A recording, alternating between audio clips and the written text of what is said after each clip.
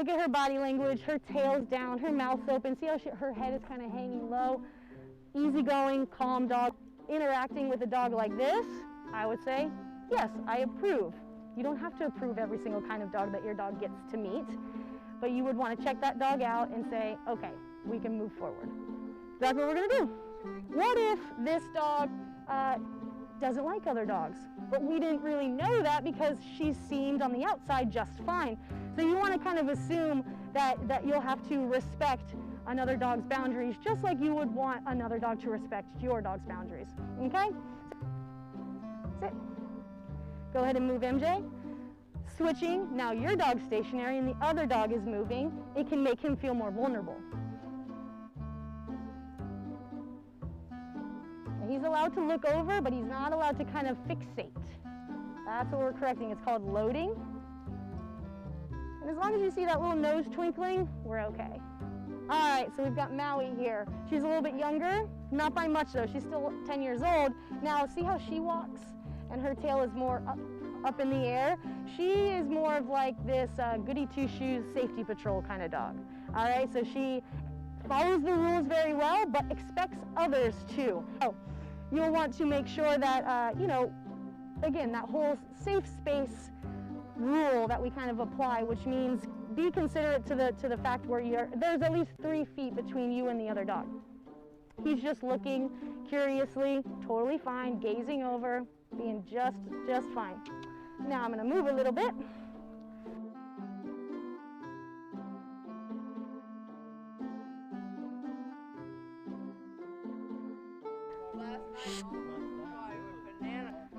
So right there, he just got corrected. If you saw, he kind of darted in front of me there. So I was able to tap e-collar, say shh, and I also kind of used a knee to block him because he was kind of coming towards her. But just because, nope. Just because, let's say someone waved something tempting in front of your face and you maybe licked your lips and drooled and you thought about taking it and I was there to remind you, it's okay. It's not like you made such this big failing mistake. Come on. Nope. I tapped it right then. Just because he wasn't coming to me, he was walking towards her, and I told him to come to me. Sit.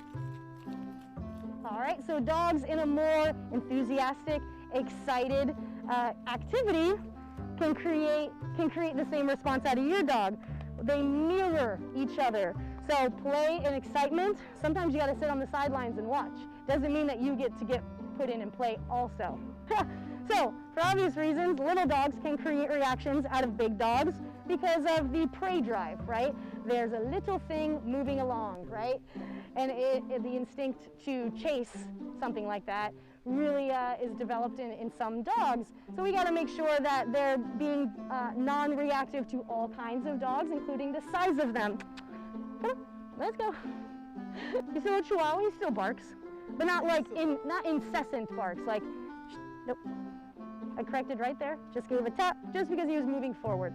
Again, all this stuff is not that he's doing anything wrong. He's just got to check in with me to see if he's allowed to go approach that dog. What if that was a really shitty little Chihuahua? I wouldn't let him go and approach him.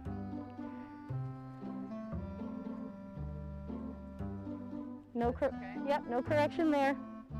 Because he lowered his head and sniffed out like this rather than over top of me go and sniffing over top. Can you run with her a little bit? So let's get a little more of that, because that seemed to be the last thing there that he got a little worked up about.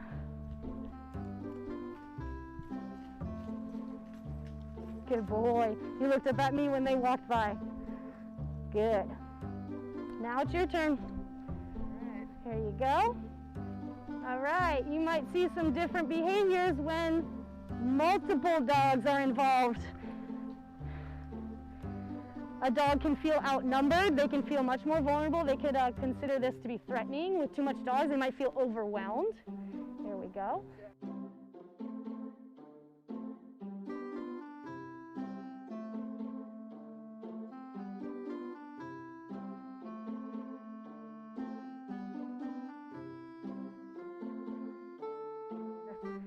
Let's go.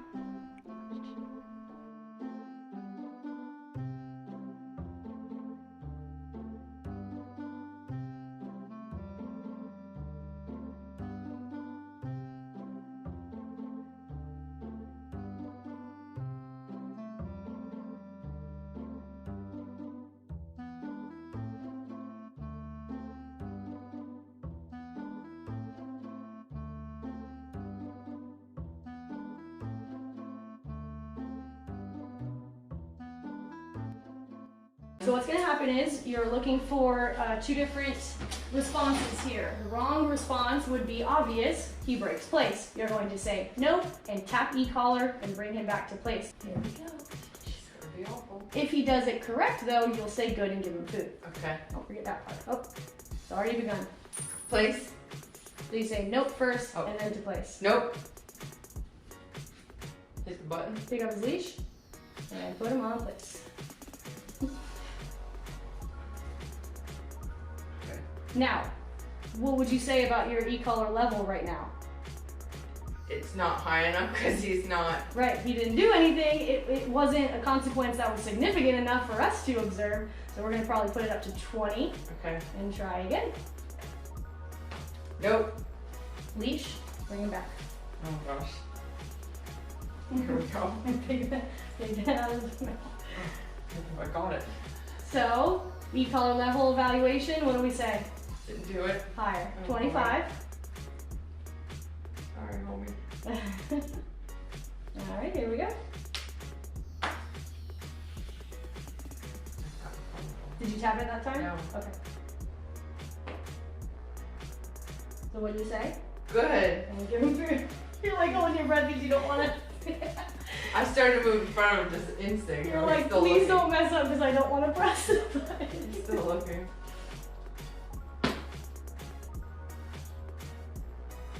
Sound good? Good.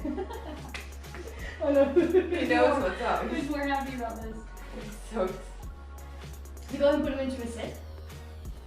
Sit. Good. Right, when he's standing, he's more Ready likely to to like move forward. It's more tempting, much more easier position for him to move rather than sit.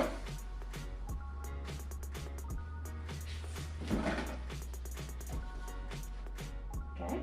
Good.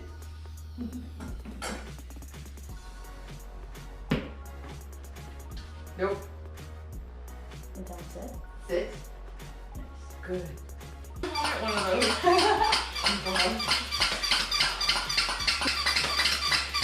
Okay, so you would go him. Good.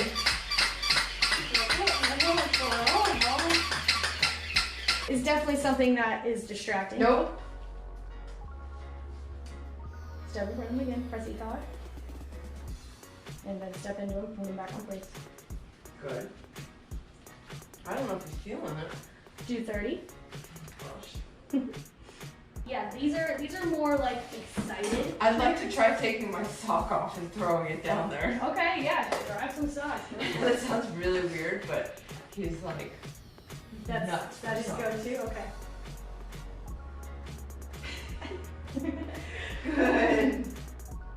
So it looks like we're attempting to distress him purposely. We are, but it's for reasons because we want to make him better, right? Okay. We want to make him less nervous about things like that. So the next few things might create fear. If he breaks it, you'll just do the same protocol for the excited stuff.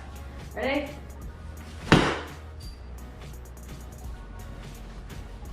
Nope. Step into him, back on place. Place. Good.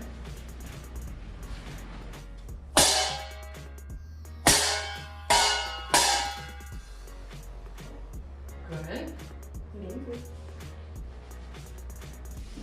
He's on like high alert. He's like, nothing's gonna shock me.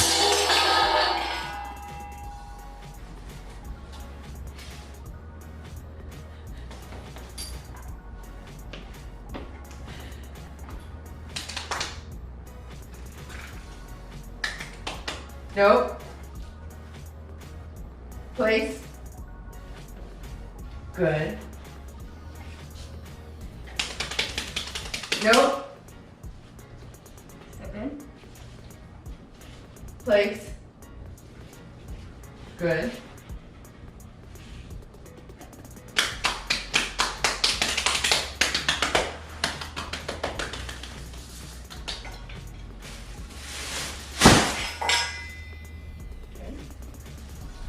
Good.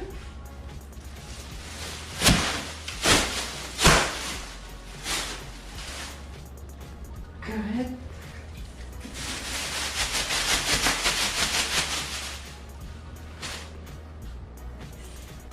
Here, before we even hear like sirens off in the distance, and that just freaks him out every time. Okay, so in any moment that you see him doing any kind of freak out, you can just send him right to place. Okay. And he has to hold place. He might shiver and pant and feel, you know, not great on place, but it's where he can start to learn to decompress. Okay. Rather than, like, imagine something that triggered your anxiety or your stress. You'll need to find coping mechanisms to make sure that you don't, you know, enable the stress any further. The only way to do that, or for him, we're using place for that kind of coping mechanism instead of maybe pacing or barking or panting or whatever other behavior that he exhibits. We're replacing it with something else, and in the long run, he gradually those things are he's desensitized to because he has a way of every time he hears the sirens, oh, I just go to place, I know what to do. I just sleep on place all day anyway. So you're conditioning a different representation of the sound that once created something not pleasant. And you say good and give him food. Good. And if he does break place, then you'll just press and collar. So same protocol you were doing for the other stuff. Good. All right. Now I'm going to knock and actually open. Hello, who is it? Oh, hi, neighbor. Good.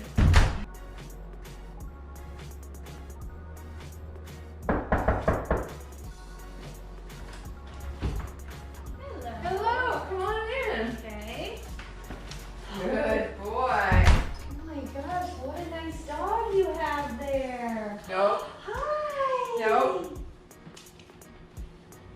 I'm training my dog. Can you please tone it down? Hello! Oh my goodness, hi! Nope. Oh God. You okay? Yeah, he's okay.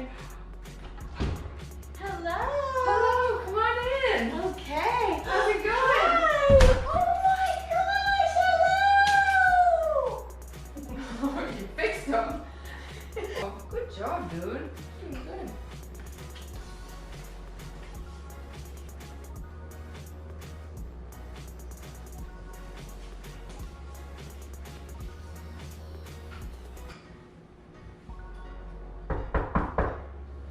Place.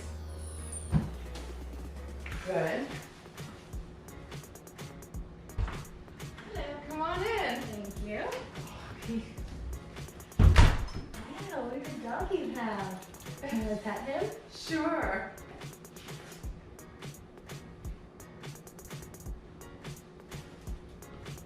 Hello, hi. Good boy.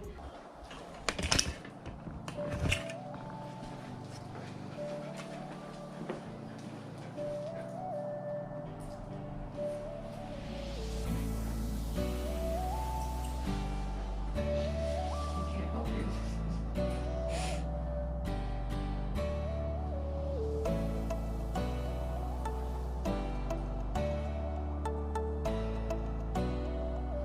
There you go, very good.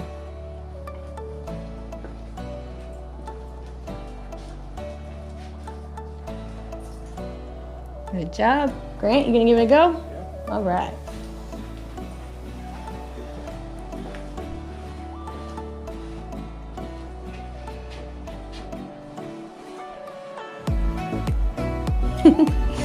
Teamwork.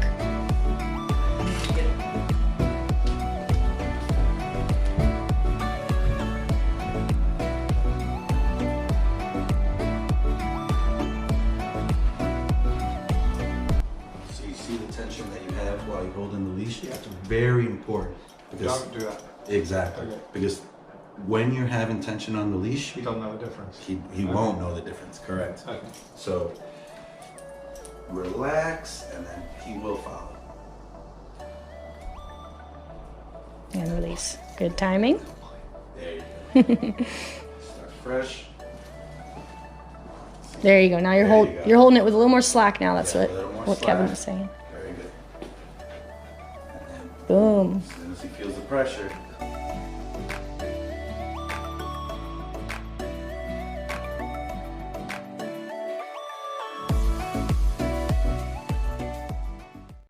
we go. Place. Good. All right, leash pressure to come on because you put the brakes on. As soon as he stepped on it, released the pressure and said good. Good. Yes. Yes to come off. Place. See how I kind of guide him with the food too? That's the luring. Sit. Good. Down. Nope. Down. See how quick I am to give him a nope? That's where he knows right away where he messed up. Yeah. If I'm delayed on the nope, then he's like, okay, is this where I messed up? Is this where, you know what I mean? You want him to know exactly when he messes up, and then nope is gonna be followed by leash pressure. You notice good and yes is followed by positive, is followed by food, right? Yes. Good boy, good job. Place. Good, sit, good. And jumping ahead. Down. Good. Okay, so it tends to be easier for him to hold place rather than the sit and the down, because place has an obvious boundary. He can clearly see it's defined where he needs to stay, where he needs to be confined into. Sitting down gets a little wishy-washy. So this is where stuff becomes really clear to him, where we can expose him to things that would otherwise maybe trigger him to break commands. Place is your go-to for that, okay? Like I might not have been able to get this far away from him in a sit or down without him breaking it, but with place I can start to do that stuff. Good. And that's how we can start to build attention span, focus, duration of how long he can hold the command. Good. Now notice when I say good, when I'm doing distance stuff, I say it when I'm at the location, right? Because if I did this, good, I'm marking the behavior right here. I want to mark it and let him know that what I'm saying, what I agreed with, what I'm satisfied with is that you held it when I was all the way over here. So I'm going to say good and then walk up and give him the food. The food can come 5, 10 seconds, 15 seconds. If you're fumbling to find a piece of food, that's okay. As long as you marked it, he'll know it's coming.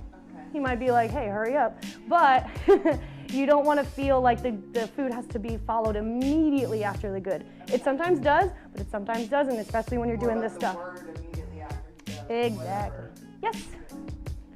All right, you're going to give it a shot. All right.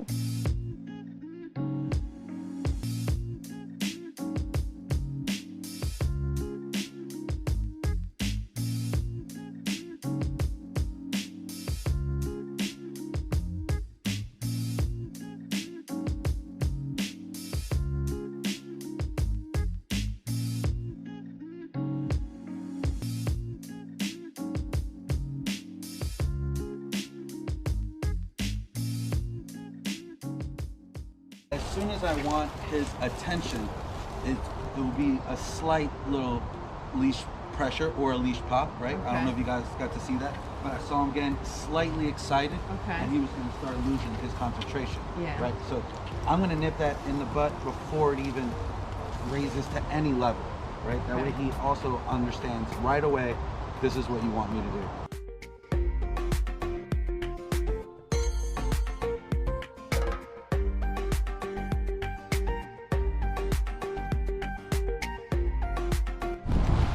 How do you feel right now? Good.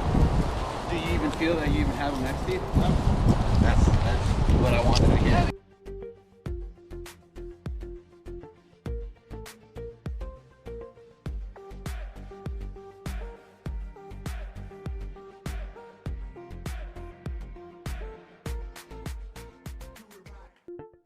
Good.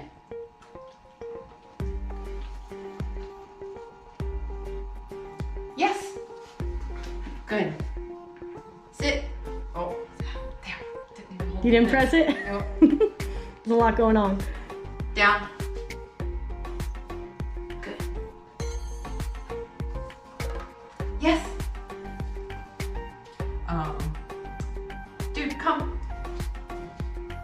Oh, totally screwing this up. All right. I did it. Okay. You're Here we gonna go. feel for it. You ready, dude? Dude, come. Sit. Good.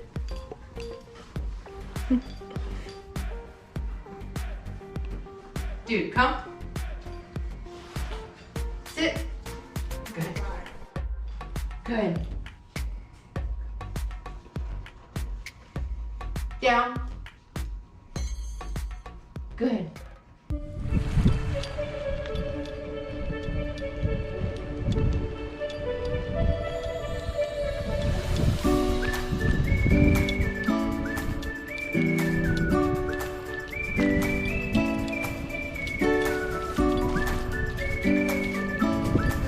Excellent. How about you turn quickly right here? Nice.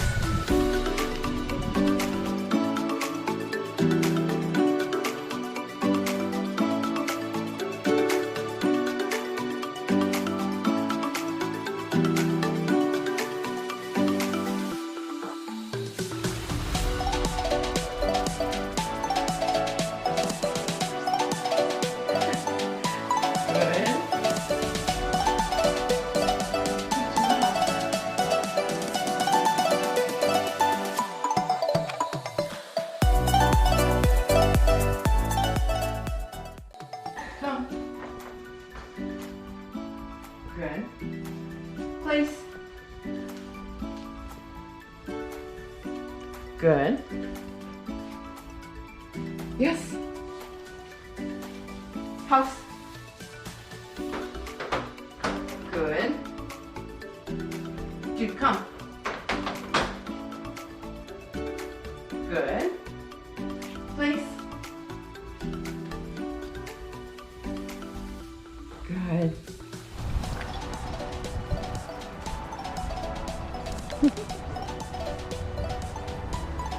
Okay, once you throw in a recall, stop. Dude, come. Good. Yes. Perfect.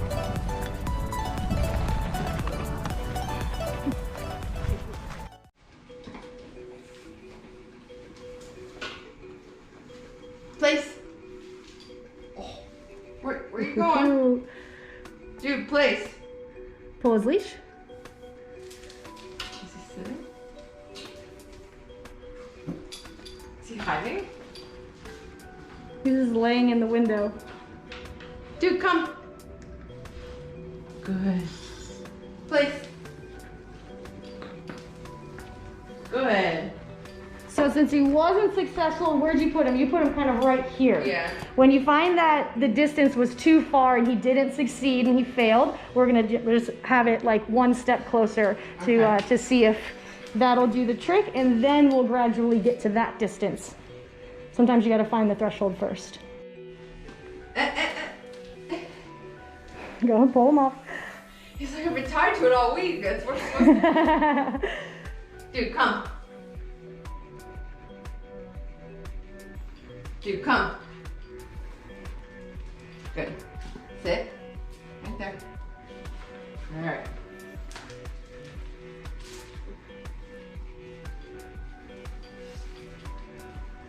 Place. Good. Excellent. Do it one more time. Nice and smooth. Dude, come. Good.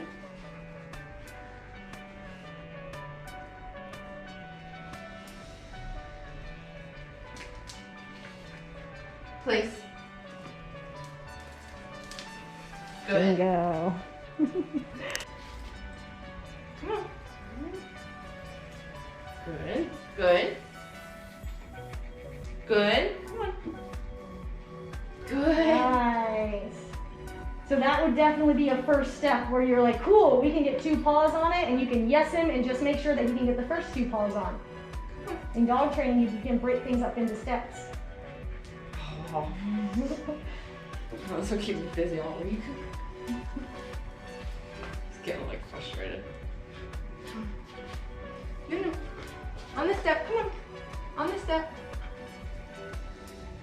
Come on. Nice.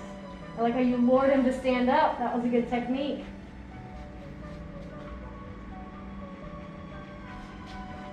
Yeah, come on. Come on. Good job. Come. Yeah! Out. Good. Oh, wait, no, this is this boy. You can ask him for a little more distance. Here's some good treats there too if you want. Yes. Yes.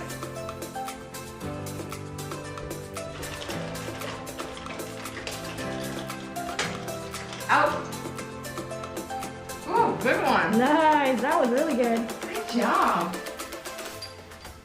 Yes. Yes. Sometimes we'll do that and they'll get confused like, wait, are you sure? And you just point to the bowl. Yes.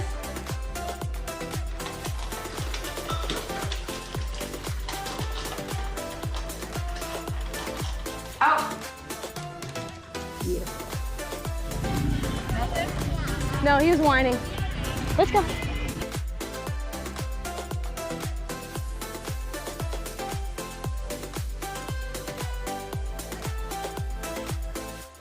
Sit. Good. Let's go.